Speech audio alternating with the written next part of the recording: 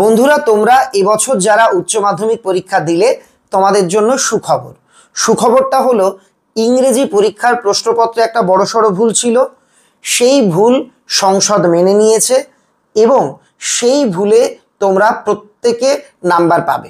অর্থাৎ আমরা প্রত্যেকে জানি এবছর ইংরেজি পরীক্ষার প্রশ্নপত্রে আনসিনের একটা ট্রু ফলসের অপশানে একটা জায়গাতে তাজমহল বানান ভুল ছিল।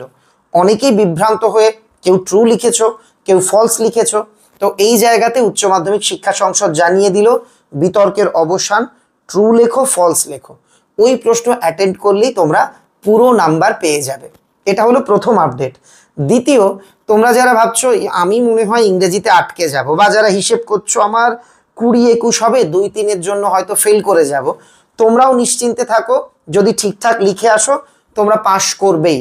উচ্চ মাধ্যমিক শিক্ষা সংসদের তরফ থেকে যারা খাতা দেখছেন, পরীক্ষক বা টিচার, তাদের স্পষ্ট গাইডলাইন দেওয়া হয়েছে ইংরেজিতে নাম্বার দেওয়ার ক্ষেত্রে যেন কার্পণ্য না করা হয়। অর্থাৎ একটা প্রশ্নের যে উত্তর তুমি লিখেছো তাতে সর্বোচ্চ যত নাম্বার দেওয়া যায় ততটাই যেন দেওয়া হয়। আশা করা যাচ্ছে ইংরেজিতে যারা একটুর জন্য ভাবছিলে আটকে যাব, তারা কেউ আটকাবে না, সবাই পাশ করবে। এখন প্রশ্ন আসবে, পাস নাম্বার কত?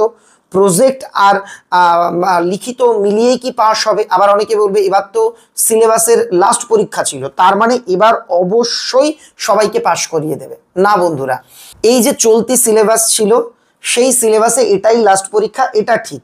কিন্তু এবছরের পরীক্ষাতে পাস ফেল থাকবে। যারা অকৃতকার্য হবে তাদের আগামীবার আবারও পরীক্ষা দেওয়া লাগবে। তাদের সেমিস্টার সিস্টেমে নয়, এই পুরনো সিলেবাসেই, এই যেমন 80-70-এ লিখিত পরীক্ষা হয়েছে তেমন পরীক্ষাই দিতে হবে। তবে আমি আশা করব বা আমার বিশ্বাস আমাদের পরিবারের কারোর আগামীবার অন্ততপক্ষে পরীক্ষা দেওয়া লাগবে না, তোমরা প্রত্যেকেই সসম্মানে উত্তীর্ণ হবে। তো 5 নাম্বারটা কত? ভীষণ কম। প্রজেক্ট আর লিখিত নাম্বার মিলিয়ে কিন্তু এখানে পাস হবে না, ওটা মাধ্যমিকের নিয়ম ছিল। এখানে তোমাকে 30% নাম্বার পেতে হবে প্রতি সাবজেক্টে। তার মানে বাংলা লিখিত হয়েছে কততে? 80-তে। তাহলে 3-8 24 নাম্বার লিখিত পরীক্ষাতে পেতে হবে। তোমার সায়েন্সের সাবজেক্ট বা একাধিক আর্টসের সাবজেক্ট 70-এ হয়, তাহলে সেক্ষেত্রে 21 নাম্বার পেতে হবে তোমাকে লিখিত পরীক্ষাতে।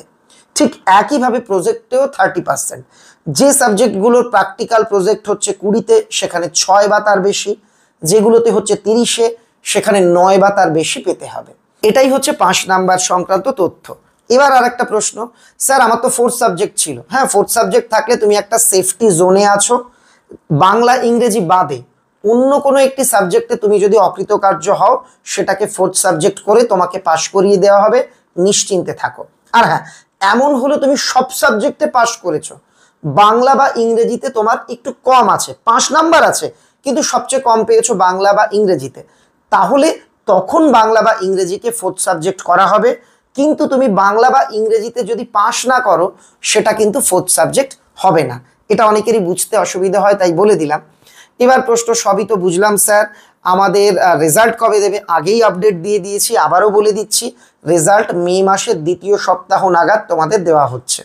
এটুকুই ছিল আপডেট। এখন অনুরোধ, ভিডিওটা বন্ধুদের মধ্যে শেয়ার করে দাও যাতে সবাই তথ্যগুলো জানতে পারে। তোমার ভাই বোনেদের জন্য, বন্ধুদের জন্য যারা 11-12-এ পড়ছে, মানে নতুন 11-এ উঠবে, নতুন 12-এ, আমি কিন্তু তোমাদের এতদিনের পরামর্শ আবদার মেনে অনলাইন কোচিং শুরু করছি। আমি অনলাইনে 11 এবং 12 পড়াবো। সম্রাট এক্সক্লুসিভ গুগল প্লে স্টোরে অ্যাপও আসতে চলেছে খুব তাড়াতাড়ি। তো ভাই বোনেদের বিষয়টা জানিও। সামনে কলেজের হাতছানি, নতুন জীবনের হাতছানি, কলেজের নানা আপডেট, চাকরি পরীক্ষার নানা তথ্য, চাকরি পরীক্ষার ব্যাকরণ, সব কিছু কিন্তু আমরা এই চ্যানেল থেকে পোস্ট করব। কাজেই এত সহজে আমি কিন্তু বিদায় নিচ্ছি না। হ্যাঁ, স্কুলের মতো নিয়মিত হয়তো ভিডিও দেব না, কিন্তু কলেজের নানা আপডেট, স্কলারশিপের তথ্য, কলেজের চাকরি কেন্দ্রিক পড়াশুনো, বিভিন্ন বইয়ের রিভিউ, সব কিছু কিন্তু তোমরা সম্রাট এক্সক্লুসিভ চ্যানেলে পাবে। কেমন? সবাই ভালো থেকো। আজকের মতো শুভরাত্রি।